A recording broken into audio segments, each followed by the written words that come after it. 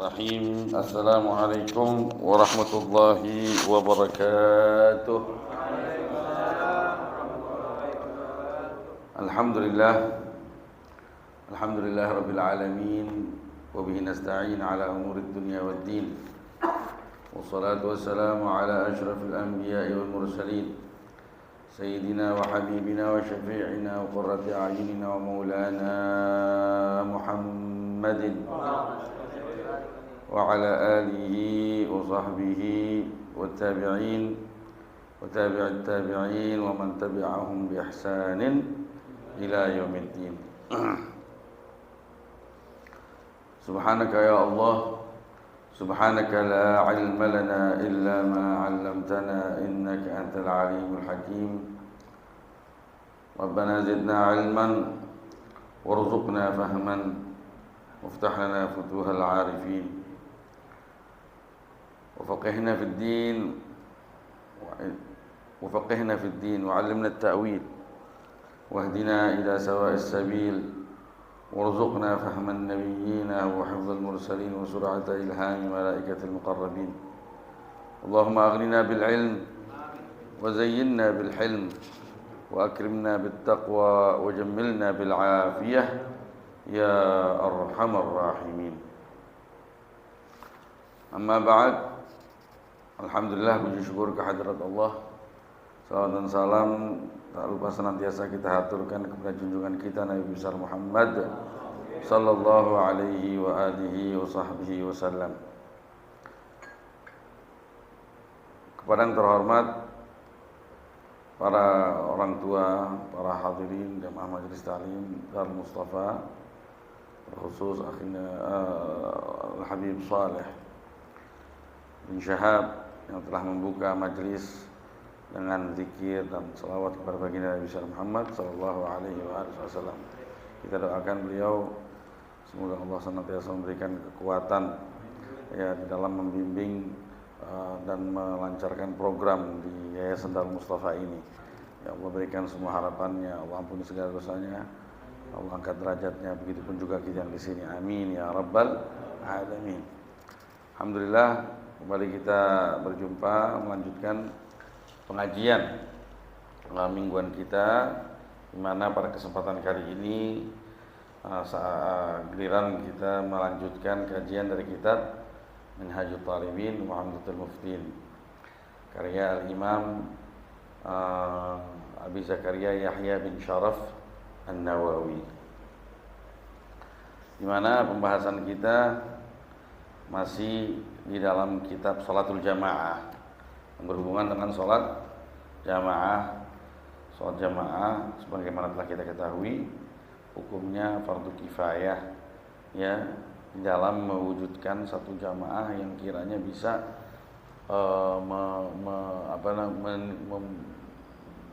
mengibarkan syiar agama gitu ya di dalam satu kampung. Ya, artinya andaikan jamaah yang seperti ini tidak bisa terwujud ya, maka satu kampung berdosa. Maka dari itu wajib untuk kita perhatian. Tidak ada uzurnya kecuali kalau sehat, kalau tidak ada halangan, tidak ada uzurnya. Kecuali ada beberapa kemarin sudah kita gambarkan, ya, walaupun singkat, tapi sebenarnya ada beberapa permasalahan di dalamnya yang perlu diangkat, perlu dikaji. Kemarin diantaranya ada uzur yang sifatnya umum, ada uzur yang sifatnya khusus. Kalau uzur yang umum seperti hujan, ya, angin kencang, dan disyaratkan hanya di waktu malam khusus angin kencang, dan juga termasuk uzur kalau misalkan belok jalanan menuju masjid misalkan dengan batasan-batasan yang tertentu. Hujannya seperti apa yang kiranya bisa memberi uzur buat si pelaku untuk tidak sholat jamaah.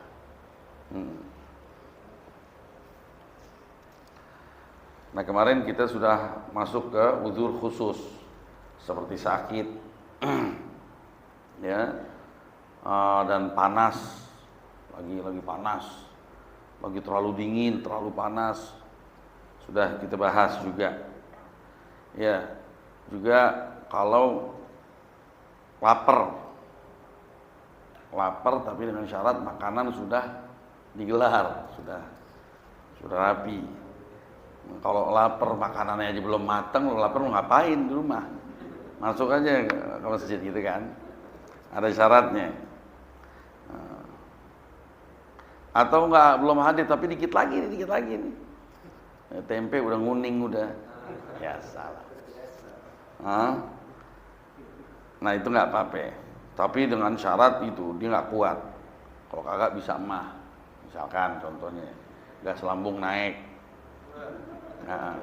Nah itu nggak apa-apa, ninggalin jamaah. Ya.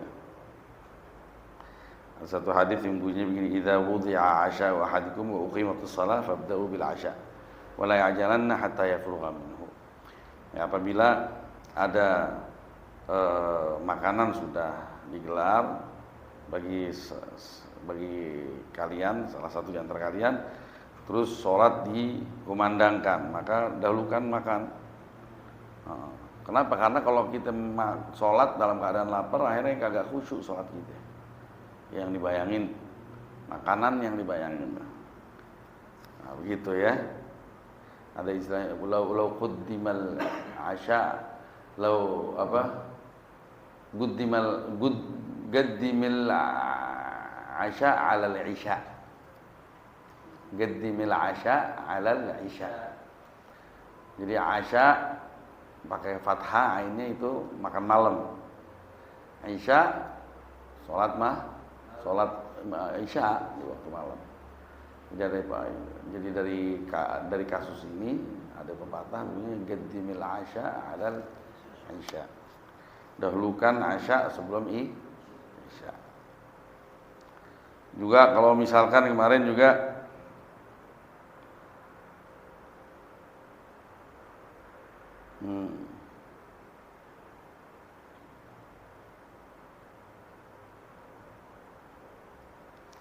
mudafa'at hadath, kayak kita pengen batal misalkan mau buang angin, tebelet mau buang air kecil, tebelet mau buang air besar, mau begitu udah nah itu boleh kita tinggalin jamaah. Ya. Dasarnya adalah hadis la salata bi hadrati ta'amin wala huwa yudafi'ul akhbathan. Tidak dianjurkan ya salat sedangkan makanan ada, wala huwa yudafi'ul akhbath, dan juga di saat dia lagi sedang menahan dua bentuk perihal yang kotor, maksudnya yang keluar dari depan atau yang keluar dari belakang.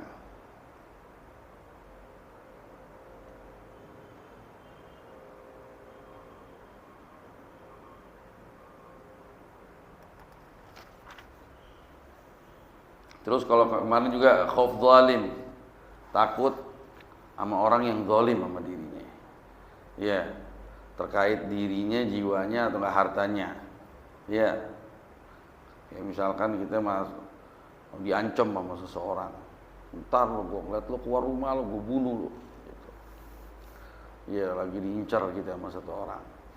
Nah waktunya sholat, azan dikumandangkan di masjid. Nah, terus kita khawatir akan kejahatan orang yang zalim tersebut, nggak apa-apa, ya kita nggak sholat berjamaah nggak apa-apa. Kalau harta kita mau dirampas dan lain sebagainya.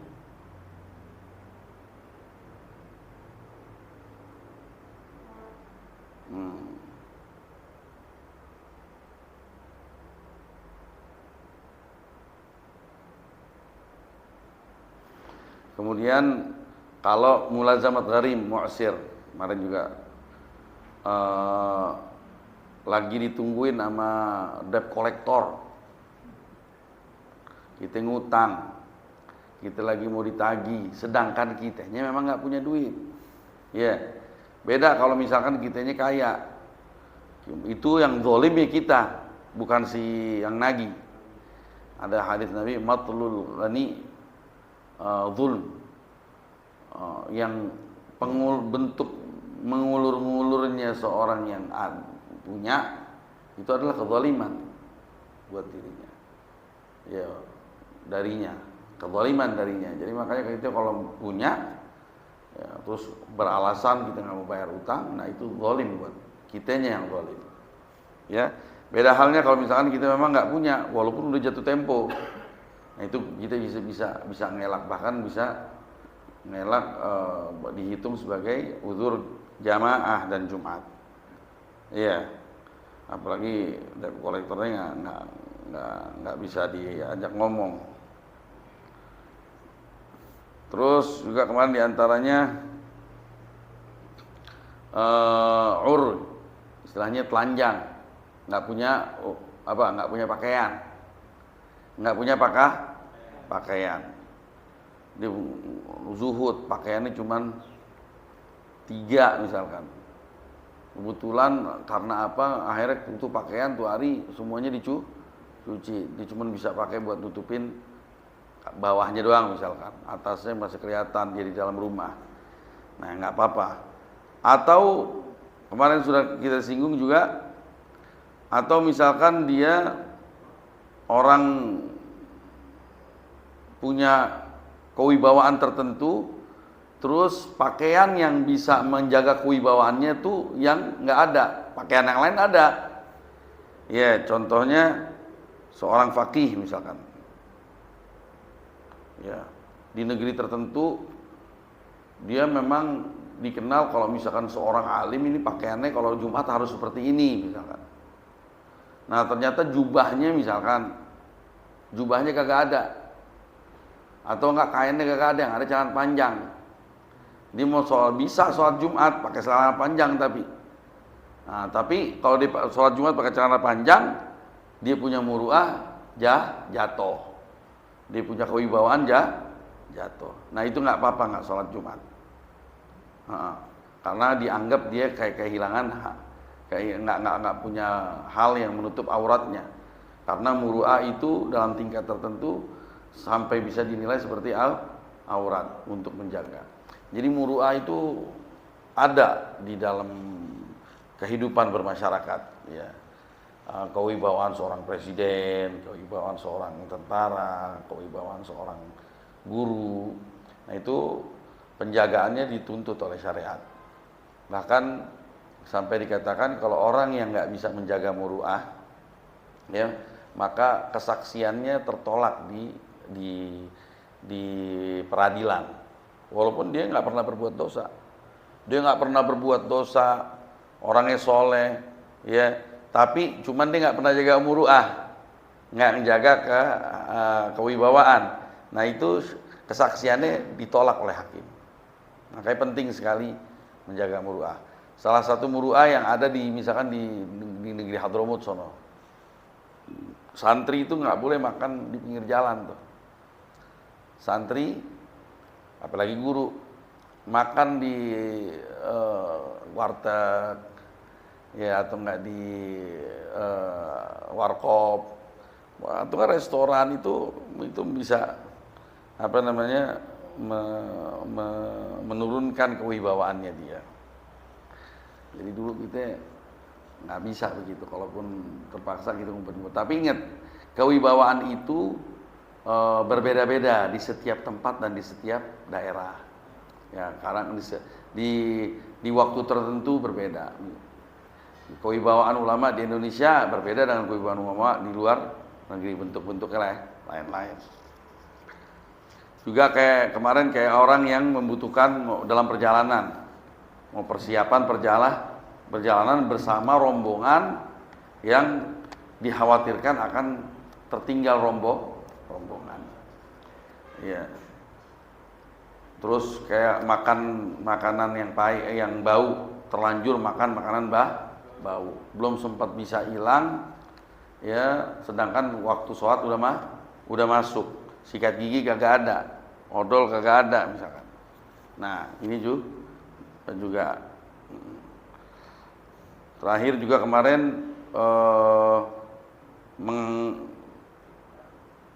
nemenin orang yang sudah nazak dari kalangan keluarga dekat tanpa ada yang menjaganya. Nah itu juga sunnian boleh meninggalkan jamaah, atau enggak menungguin orang sakit, tidak ada yang jaga, atau ada yang jaga cuman dia merasa nyaman kalau ada kita, ya itu nggak apa-apa kita. Nah terus ada lagi masih orang yang terlampau gendut, apa disebutnya, obesitas, gendut yang berlebihan, itu uzur, kesian, nggak bisa jalan dia.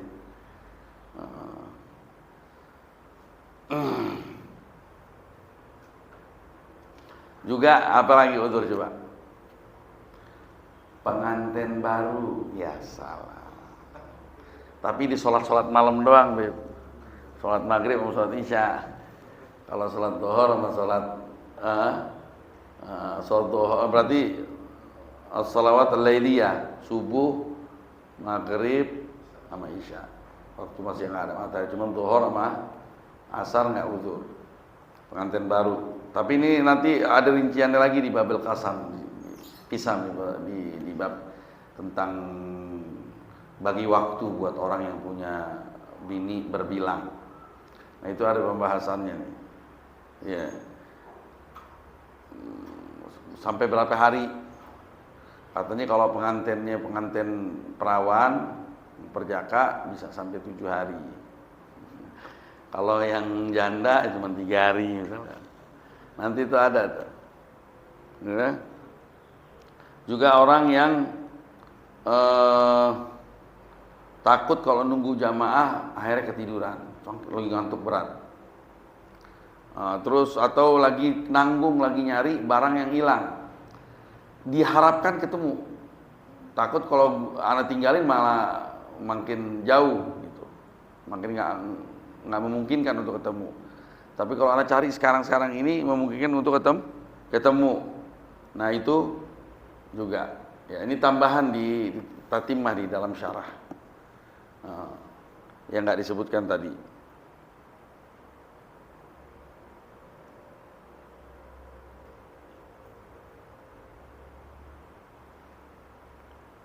Ya intinya pokoknya kalau ada sesuatu yang kiranya itu masuk ke dalam kategori hajat yang mendesak atau enggak darurat, itu bisa menjadi uzur untuk meninggalkan sholat jamaah.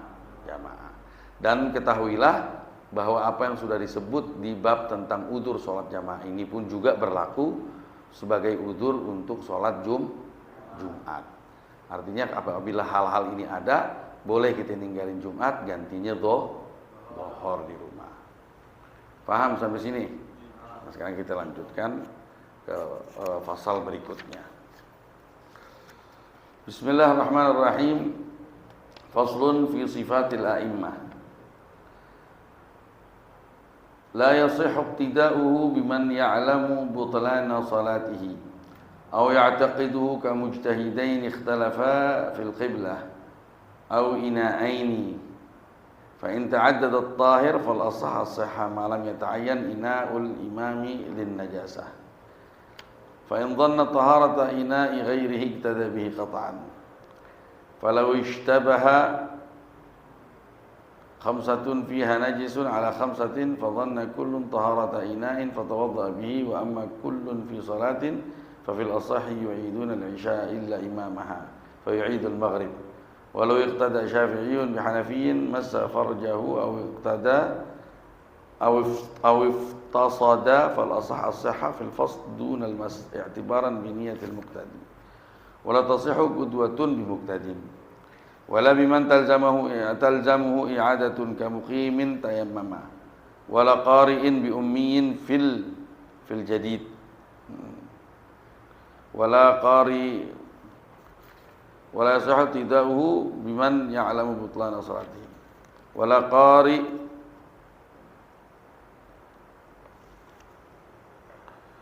wala qari'in bi ummiyin fil jadid wa huwa man yukhillu bi harfin aw tashdidin min al-Fatihah wa minhu arad yudghimu fi ghairi mawdihi wa al-thagh yubdilu harfan bi harfin wa tasihu bi mithlihi wa tukrahu bit tamtam wal fa wal lahin fa in ghayyara ma'nan ka an'amtu bi dhammin aw kasrin abtala salata man amkanahu at-ta'allum fa in ajaza lisana wa lam yamdi zamanu imkani ta'allumi fa in kana fil Fatihah fa ka ummiyin wa illa fa tasihhu salatu wal qudwatu bihi.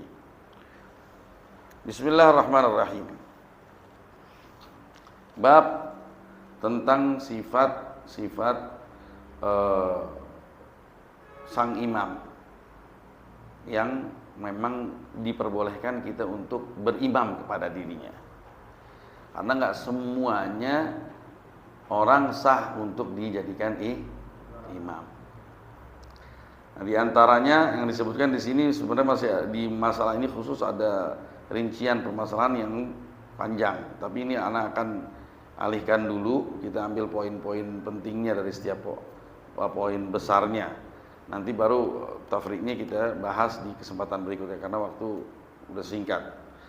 Pertama, la yasihhu tiqda'uhu biman ngikutin imam yang kita tahu sholatnya imam ini batal.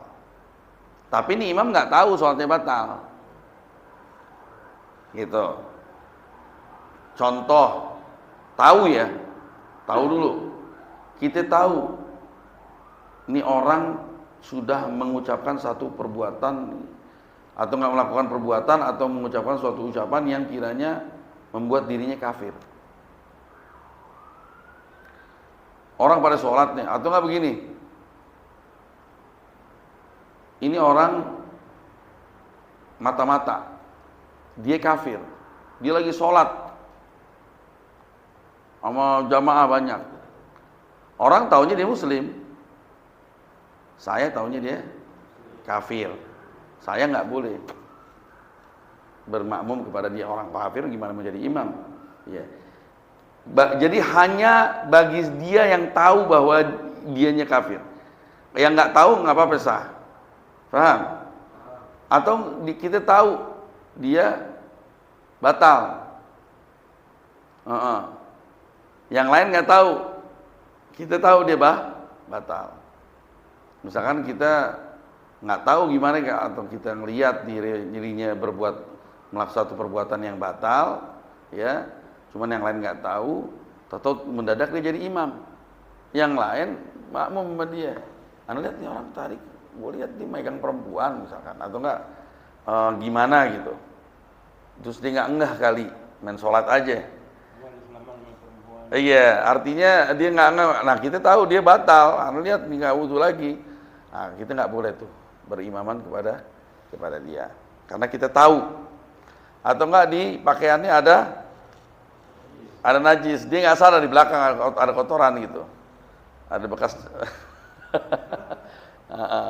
cepirit misalkan kelihatan, ya, li'annahu laisa fi sholatin fa kaifa yuqtara bi, karena ini orang hakikatnya nggak dalam keadaan sholat, bagaimana bisa kita ngikutin dia gitu.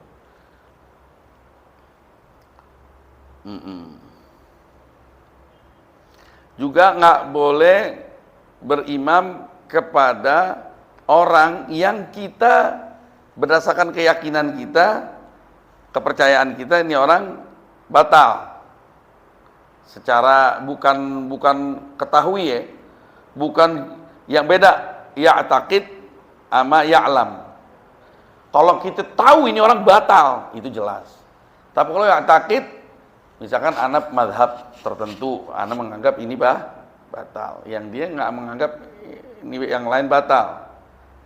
Contohnya di sini, kalau di sini kasih contoh begini, kamu mujtahidain, ikhtilaf, seperti ada dua orang mujtahid berbeda pendapat terkait penentuan kiblat. Ya, di dalam kasus misalkan di dalam penjara bawah tanah, ya, masuk ditutup matanya, masuk tangganya muter-muter nggak ketahuan nyampe di dalam ruangan, ya, atau mau sholat, yang satu ijtihad kiblat ke sono, yang satu ijtihad kiblat ke sono. Iya. Nah, itu satu di antara lain nggak bisa menjadi makmum buat yang lain, karena berdasarkan kepercayaannya dia ini, ana yang sah, ente nggak sah. Yang itu juga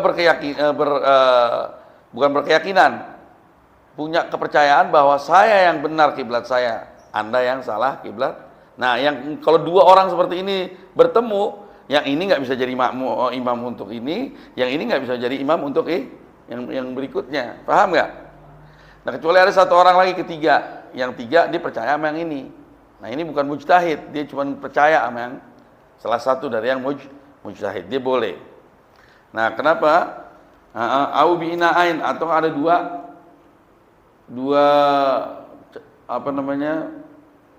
tong, ya, salah satunya diyakini najis, tapi nggak ketahuan yang mana yang najis. Dua orang berijtihad, yang satu bilang ini yang suci, yang ini yang najis. Yang satu lagi bilang yang ini suci, yang ini najis. Masing-masing wudhu dari tempat yang dari situ dia yakin bahwa itu yang suci, dan sudah digunakan air tersebut untuk berwudhu masing-masing. Nah, itu juga nggak sah. Ya. Kenapa? Alasannya bi an adda ijtihad ahadum ila kama.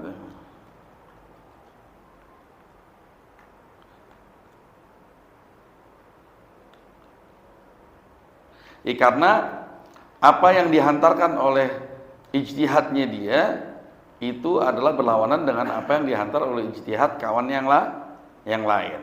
Nggak mungkin seseorang bisa berimaman kepada sesuatu yang dia yakini atau nggak dia percayai bahwa ini tidak sah.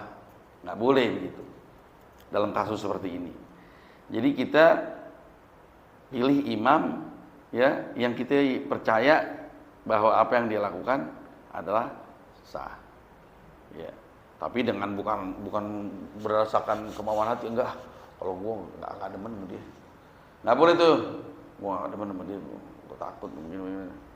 Lah, kita boleh berimaman, kata Nabi Muhammad, sallu walau ala sallu khalfa kulli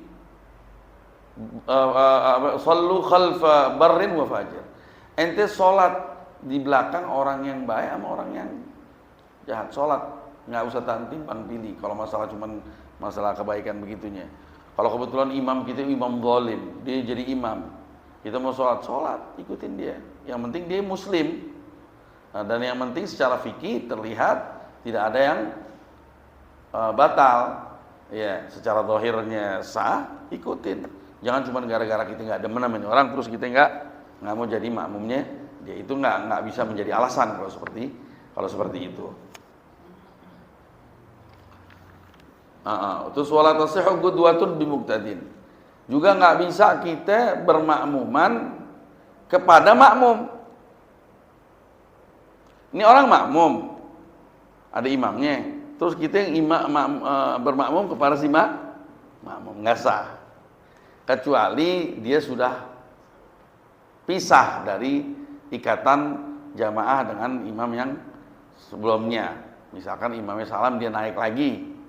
Dia naiklah, ya, kita bisa menjadi makmum orang tersebut. Tapi kalau misalkan dia menjadi makmum dan kita bermakmum kepada orang ini di saat dia masih menjadi makmum, itu tidak sah. Paham? Udah ada 2 poin. Satu, kita harus memilih imam yang kita yakin atau kita ketahui bahwa sholatnya tidak batal. Ya. Yang kedua, imam yang kita jadikan imam harus bukan makmum. Iya, harus bukan makmum. Ada satu cerita di akhir hayatnya baginda Rasulullah SAW, waktu Rasulullah lagi sakit, itu Rasulullah kan pernah nyuruh Sayyidina Abu Bakar untuk menjadi imam buat masyarakat saat itu. Nah, pas Rasulullah Sayyidina Abu Bakar udah jadi imam, takbir, yang lain menjadi makmum, terus mendadak di tengah-tengah sholat Rasulullah keluar mau ikut sholat. Nah pas Rasulullah sholat, Imam Sayyidina Abu Bakar kayak mundur gitu, terus sepertinya Sayyidina Abu Bakar mau ngikutin, merubah niatnya, pengen berubah menjadi makmumnya Rasulullah. Nah apakah ini bisa menjadi dalil bahwa boleh berarti menjadi makmum orang yang menjadi makmum, kayak sahabat yang lain makmum ke Sayyidina Abu Bakar, Sayyidina Abu Bakar menjadi makmumnya Rasulullah. Nah terus ulama mengomentari kasus yang pernah terjadi ini, mereka menganggap Sayyidina Abu Bakar, semua para sahabat sudah mengalihkan keimamannya kepada Nabi, termasuk Sayyidina Abu Bakar. Adapun yang dilakukan oleh Sayyidina Abu Bakar adalah seperti halnya mubaligh, seperti halnya orang yang suka nganterin suara yang nggak kedengeran suaranya ke belakang, ibarat mikrofon, mubaligh, ya.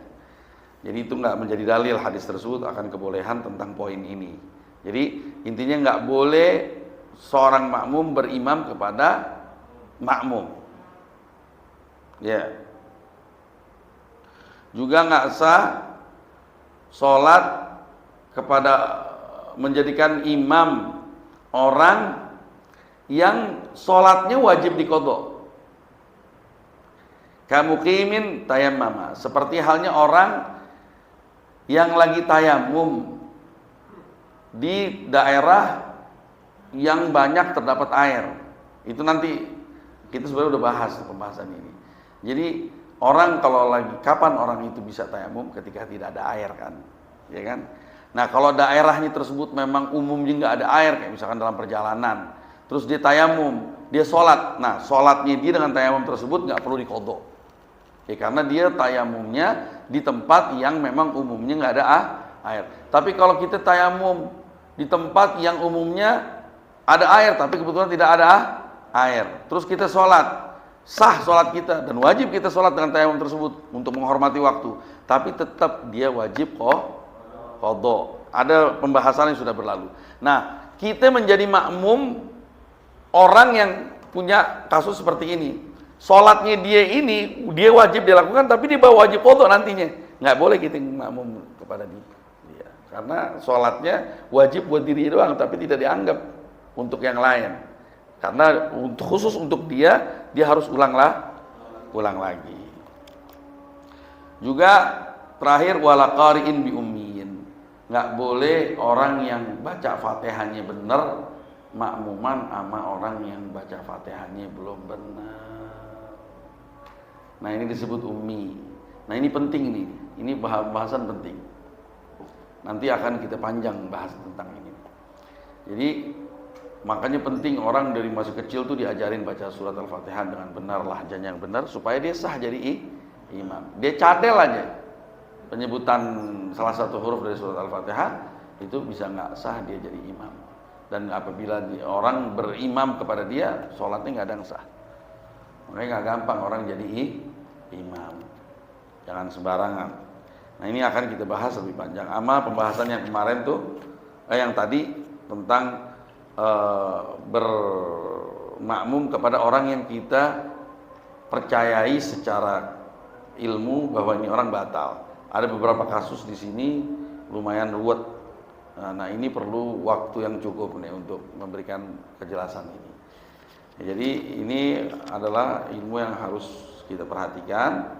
Jadi jangan sembarangan kita menjadi imam, atau enggak jangan sembarangan kita main ngikutin imam.